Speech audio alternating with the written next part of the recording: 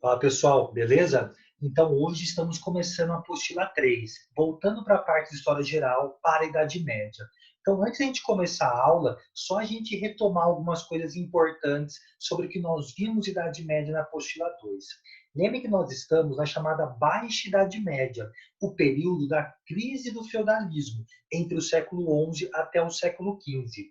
O que nós vimos na apostila 2 importante, entre os séculos XI até o XIII, o mundo viverá as chamadas cruzadas, aquelas expedições militares barra religiosas comandadas pela Igreja Católica, ordenando que cristãos, tanto nobres quanto camponeses, fossem até o Oriente retomar a cidade de Jerusalém, que estava controlada na mão de turcos islamizados. Pois bem, lembre que a consequência das cruzadas é o mais importante para a gente, a retomada do comércio na Europa, o chamado renascimento comercial. Especialmente as cidades italianas vão manter um contato com essa região do Oriente e vão começar a vender uma série de produtos para toda a região da Europa, fazendo com que as cidades e o comércio crescessem com cada vez mais força. Então, até o século XIII, a Europa vivia essa retomada. Chegando o século XIV e uma crise gigantesca assola o continente europeu. E é sobre isso que nós vamos falar na aula de hoje, a crise do século XIV, o século da fome, da peste e da guerra.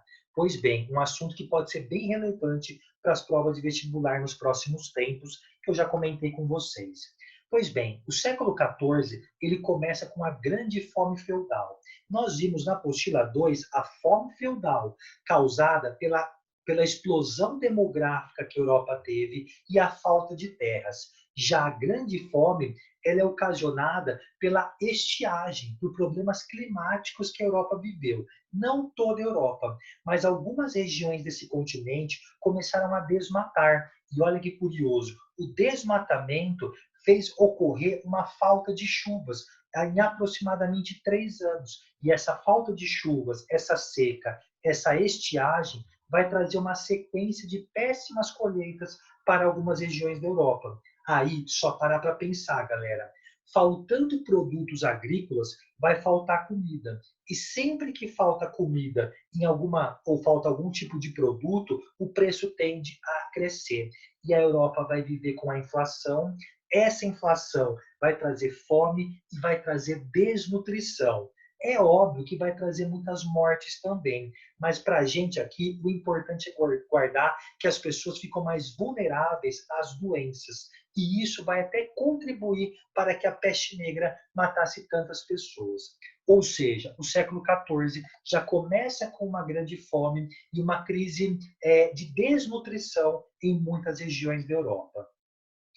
Mais ou menos 20 anos depois, ocorre, em questão de tempo, né, a maior guerra da história, mas cuidado, galera, a Guerra dos 100 Anos, que na verdade tem 116 anos, não foi uma guerra ininterrupta. Houve momentos de guerra, momentos de trégua, que duraram muitos anos. A guerra é dividida em 3 fases. Mas lembrem, para a prova de vestibular, quando vai perguntar sobre guerra, é mais importante a relação de causa e consequência. Beleza, uma guerra entre a Inglaterra contra a França. Quais são as causas que levam a essa guerra? Morre um rei da França chamado Carlos IV, da dinastia Capetingia, e ele morre sem deixar herdeiros diretos. E é aí que um príncipe inglês chamado Eduardo III, ele vai alegar que o trono deveria ir para suas mãos. Por quê? Porque a sua mãe era a prima do rei que morreu. Você pode pensar, mas por que não a mãe do Eduardo III vai alegar como a rainha da França?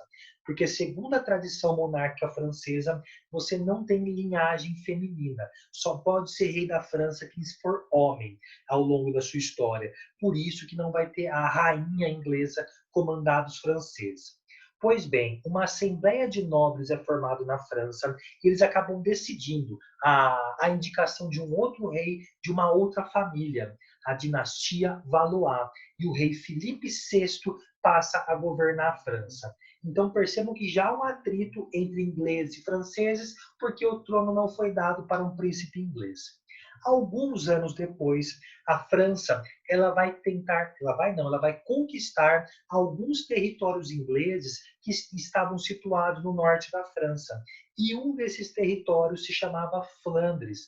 Lembrem de Flandres, galera. Uma região que ficaria onde hoje é o nordeste da França, uma parte da Holanda e outra parte da Bélgica. Uma região riquíssima no comércio de tecido de lã. Essa lã que na época abastecia as manufaturas têxteis inglesas. Então, a partir do momento que a França anexa esse território para o seu reino, a guerra vai começar. Então, a guerra é dividida em 3 fases, mas o mais importante são as consequências. A França vai vencer essa guerra, não aparece muito isso em prova de vestibular, tá, gente? Mas muito por conta de uma camponesa chamada Joana d'Arc, que aos 16 anos ela vai conseguir entrar em contato com o rei da França e vai alegar que desde criança ela possuía visões, e essas visões, que segundo ela vinham de Deus, falavam que ela deveria comandar o exército francês para que os franceses vencessem essa guerra. Como a França tinha perdido as principais batalhas, o rei da França resolve arriscar, dá um exército de 10 mil soldados para Joana d'Arc e realmente, com esse exército, ela consegue algumas vitórias, o que motiva muito a França como um todo. Porém, um grupo de franceses sequestra Joana, vende para os ingleses, que acusam ela de bruxaria e acabam queimando a menina na fogueira quando ela tinha 18, 19 anos mais ou menos. Mas o mais importante é que no final dessa guerra, agora não era uma guerra de um nobre, que era um suzerano, convocava o seu exército de vassalos. Assim foi o começo da guerra. Mas quando chega o século XV, há um exército nacional, ou seja, uma centralização militar nas mãos do rei. É o rei que comanda o exército agora. E você começa a criar agora um sentimento de unidade nacional. O inimigo de nós, franceses, não é o outro nobre de um outro feudo, mas é o estrangeiro, é o inglês. Na Inglaterra é a mesma coisa. Eu começo a me sentir francês, eu começo a ficar mais próximo do rei, que é o grande soberano da nação, para derrotarmos os nossos inimigos. Não é à toa que o absolutismo na França vai começar após a Guerra dos 100 Anos, com uma centralização política, militar e econômica nas mãos do rei. Por que não da Inglaterra? Porque a Inglaterra, após essa guerra, vai passar por uma guerra civil chamada Guerra das Duas Rosas, que após essa guerra, a família Tudor vai passar a governar a Inglaterra e vai ser essa família que vai centralizar o poder político e vai trazer o absolutismo para a Inglaterra. Então, essa guerra é vencida pela França, mas as consequências aqui do slide são as mais importantes, tá, galera? Então, aqui, ó, tem um mapinha que mostra as regiões que estavam no território francês, mas pertenciam a nobres da Inglaterra, em especial Flandres, uma das causas do conflito. E aqui um quadro medieval, né, que mostra sobre a Guerra dos 100 Anos. Agora, importantíssimo, hein, galera? A chamada peste negra. Não é a primeira epidemia da história que vai matar milhões de pessoas, mas bem importante para os dias de hoje. Então, por que o nome é peste negra ou bubônica? Porque a pessoa que era contaminada por essa peste, na sua pele, em especial nas axilas e na virilha, apareciam bubões, inchaços do tamanho de um punho. E esses inchaços eram escuros. E daí que vem o nome peste bubônica ou peste negra. O que vai causar essa peste? Essa peste ela vai estar presente na pulga de um rato. Essa pulga vai conter uma bactéria. É a bactéria dessa pulga que vai disseminar a doença. Porém, esses ratos com essa pulga estavam lá no Oriente. Mas lembrem, a partir do século XII para o XIII, as cidades italianas começam a estabelecer contato comercial com regiões do Oriente. Provavelmente esses ratos vieram da China também, como por exemplo o coronavírus hoje em dia. Então, nas embarcações de navios italianos que iam para o Oriente e voltavam para a Europa, quando se abriam as embarcações nos portos, começava a se infestar de rato. Aí não se esqueçam, desde o começo do século XIV, muitas pessoas sofriam com a desnutrição. Então essa doença vai matar rapidamente essas pessoas que sofriam com isso. Porém, a Europa nessa época sofria com uma nova explosão demográfica e as pessoas ficavam concentradas em ambientes fechados, o que vai facilitar a propagação da doença. Fora que tanto as pessoas como as cidades europeias sofriam muito com a falta de higiene, a falta de banho, a falta de limpeza íntima, o que vai provocar essa peste também. Então, a consequência, estima-se que cerca de um terço da população europeia vai morrer com a peste. Ao todo, pegando Europa, norte da África e parte da Ásia, aproximadamente 50 milhões de pessoas morreram e a Igreja Católica vai sofrer um grande golpe. Por quê?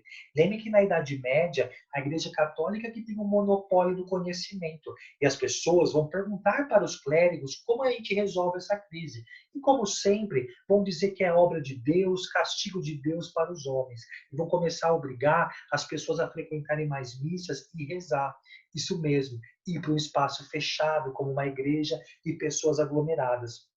Cada vez mais, quanto mais as pessoas iam para a igreja, mais pessoas morriam. E a Igreja Católica começa a sofrer uma crise do poder intelectual. As pessoas começam a contestar não só a igreja, mas até mesmo Deus nessa época. Tanto que existem dados que o ateísmo ele começa a surgir ou crescer significativamente no mundo na época da peste negra. Então, essa pandemia ela vai ser solucionada pelos árabes, os mesmos que eram chamados de infiéis pela Igreja Católica. Como eles já tinham conhecimento dessa peste no Oriente, eles vão afirmar que era necessário o isolamento, isolar a pessoa doente, melhorar os hábitos de higiene. Muitas pessoas acreditavam nessa época que era necessário não tomar banho para ficar com uma espécie dessa crosta, e essa crosta na pele que salvaria as pessoas da peste negra. O extermínio dos ratos, que eram os vetores da doença também, fora que a cremação dos falecidos começa a ser defendida. Então essa peste, ela acaba no primeiro momento, mas ela vai ter diversas ondas no século XVI, XVII principalmente, e até o século XX ainda é uma doença que mata muitas pessoas. Então essa imagem mostra as pessoas contaminadas, percebam que as pessoas não estavam tão isoladas nessa época ainda, e os bubões, os inchaços que surgiam na pele das pessoas. Um quadro que mostra a cidade de Florença. Florença teve mais de um terço da população morta também pela peste negra. Muitos quadros com o nome de dança macabra começam a surgir na Europa nessa época, porque essa é uma doença democrática, uma doença que matava todos, não só servos camponeses, mas também burgueses, nobres e até mesmo clérigos. Um outro quadro que mostra a parte da dança macabra.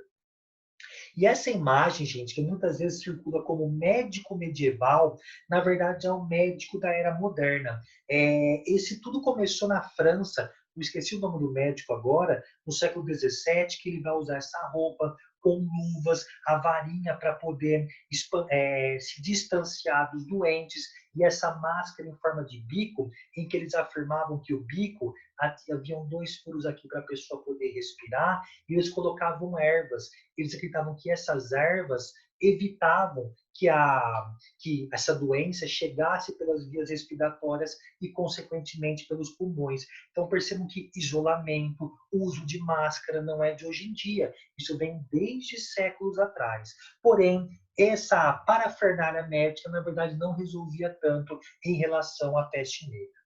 E para acabar, os camponeses também começam a se revoltar no século XIV, por quê?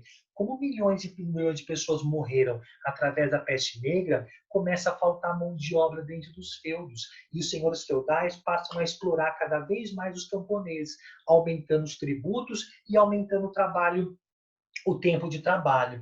Isso vai ocasionar uma série de revoltas em diversas regiões da Europa. E guardem a primeira, que acontece na França, na verdade, um conjunto de revoltas que são chamadas de jaqueries. Essas revoltas camponesas demonstram uma coisa: a crise do regime de servidão. Ao que parece, isso mostra a crise do feudalismo, já que o trabalho servil vai começar a diminuir a partir desse momento e o trabalho assalariado passa a crescer. Mas isso é coisa para uma próxima. É isso então, pessoal. Abraço.